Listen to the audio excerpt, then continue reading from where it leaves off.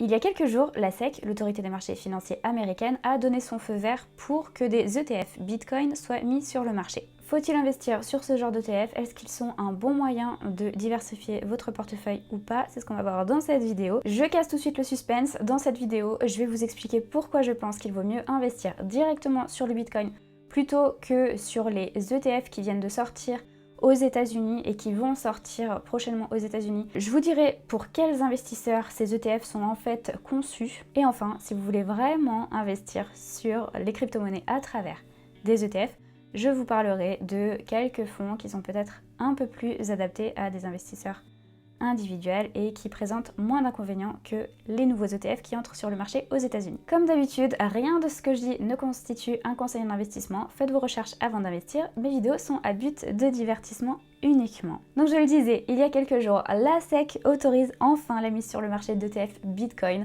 Dans le même temps, le Bitcoin explose et atteint des records. Et le premier ETF à sortir sur le marché est l'ETF ProShares Bitcoin Strategy, qui est entré en bourse il y a un peu moins de 2 semaines et qui a été un succès commercial, puisque après 2 jours seulement de lancement, l'ETF avait déjà 1 milliard de dollars sous gestion. Pour que vous compreniez pourquoi je pense qu'il est préférable d'investir directement sur le Bitcoin, je dois vous parler de ce que contient cet ETF. Si vous achetez une part de cet ETF, par exemple, qui suit l'indice CAC 40, qu'est-ce que l'émetteur de l'ETF, Amundi, va faire de votre argent? En version simplifiée, Amundi va acheter toutes les actions composant le CAC 40. Et quand vous achetez une part de l'ETF, vous achetez un bout de ce panier d'actions. Si vous achetez une part de l'ETF ProShares Bitcoin Strategy, qu'est-ce que l'émetteur de l'ETF ProShares va faire de votre argent? ProShares ne va pas acheter de Bitcoin puisque c'est interdit par la SEC à l'heure actuelle. Avec 25% de l'argent, ProShares va acheter ce qu'on appelle des contrats à terme sur le Bitcoin. On reviendra après, vous inquiétez pas, sur ce que c'est. Et avec 75% de l'argent, ProShares va acheter des instruments de dette court terme comme des bons du trésor américain. C'est presque comme si ces 75% étaient conservés en cash. Donc je disais 25% de contrats à terme. Un contrat à terme, c'est un contrat qui permet d'acheter ou de vendre un actif sous-jacent, ici le Bitcoin, à un prix fixé aujourd'hui pour une livraison prévue dans le futur à une date déterminée. La variation du prix du contrat à terme dépend de la variation du prix du sous-jacent. C'est-à-dire, là, pour le Bitcoin, plus la valeur du Bitcoin augmente, plus la valeur du contrat à terme qui permet d'acheter le Bitcoin à une date future augmente. Si on résume, l'ETF que vient de sortir ProShares sur le marché US ne réplique donc pas la valeur du Bitcoin, mais il réplique la valeur du contrat à terme sur le Bitcoin. Et ça, c'est pas du tout la même chose parce que un des problèmes des contrats à terme, c'est que leur performance peut varier énormément par rapport à la performance du sous-jacent. Sur ce graphique, on a la comparaison entre la performance du Bitcoin, la performance de l'ETF de ProShares qui vient de sortir aux États-Unis et la performance du trust Grayscale Bitcoin qui est un fonds canadien qui est disponible aussi aux États-Unis et qui est un fonds sur lequel des investisseurs institutionnels sont positionnés, et notamment ARK Invest. Ce qu'on voit là, c'est que la performance de l'ETF ProShares,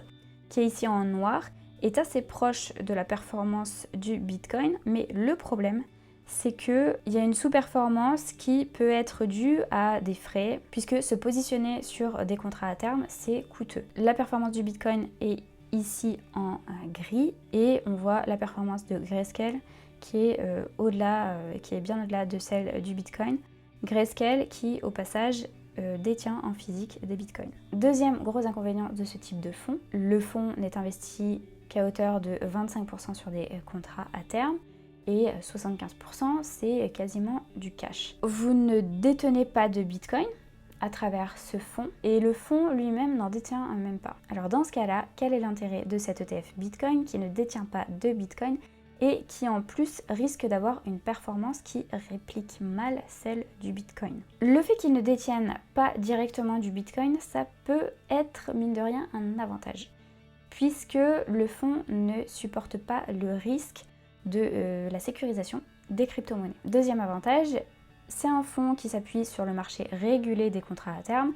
C'est un ETF qui est coté sur une place de marché centralisée.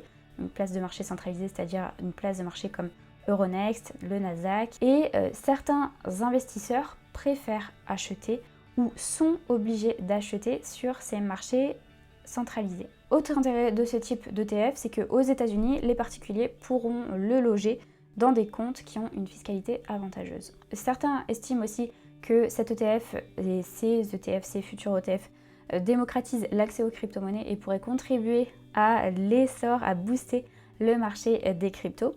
Et enfin, ce sont des produits qui éliminent plusieurs freins à l'investissement dans les cryptos, puisque certaines personnes trouvent compliqué d'investir dans les crypto-monnaies directement, de les sécuriser, ou certaines personnes ont peur de se faire pirater leur compte et de perdre leur mot de passe. Mais au final, si je peux résumer, c'est plutôt un produit qui est conçu pour les investisseurs institutionnels, les investisseurs qui n'ont pas le droit d'investir directement sur le Bitcoin. Mais si vous ne voulez vraiment pas investir sur les crypto-monnaies directement, vous avez d'autres solutions.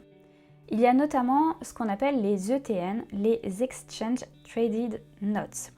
Ce sont des titres de dette, un peu comme des obligations à taux zéro. L'émetteur de l'ETN vous doit de l'argent et vous ne possédez donc toujours pas le sous-jacent. En revanche, ces fonds détiennent bien des crypto-monnaies en physique, ce qui permet d'avoir une performance qui se rapproche bien de la performance de la ou des crypto-monnaies qui sont sous-jacentes. Le risque avec les ETN, c'est la faillite de l'émetteur, c'est qu'il ne vous rembourse pas sa dette lorsque vous souhaitez revendre vos parts. Je vous donne plusieurs exemples. Il y a notamment les ETF de Van Eck, un qui suit le Bitcoin, un autre l'Ethereum, un autre le Solana. Les trois sont disponibles sur DeGiro. Il faut compter environ 1% de frais, comme l'ETF d'ailleurs de ProShares qui a un peu moins de 1% de frais. Il y a aussi 21 Shares qui a une gamme plus variée, dont un fonds qui permet de shorter le Bitcoin. Les fonds de 21 Shares ont des frais plus élevés. Il y a certains fonds qui sont investis uniquement sur une crypto-monnaie et d'autres qui proposent des paniers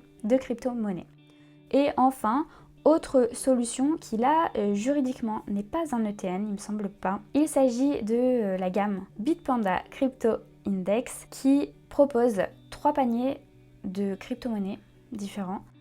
Et d'après ce que je comprends, vous détenez vraiment les crypto-monnaies sur votre compte, mais à l'heure actuelle, vous ne pouvez pas les transférer hors de Bitpanda.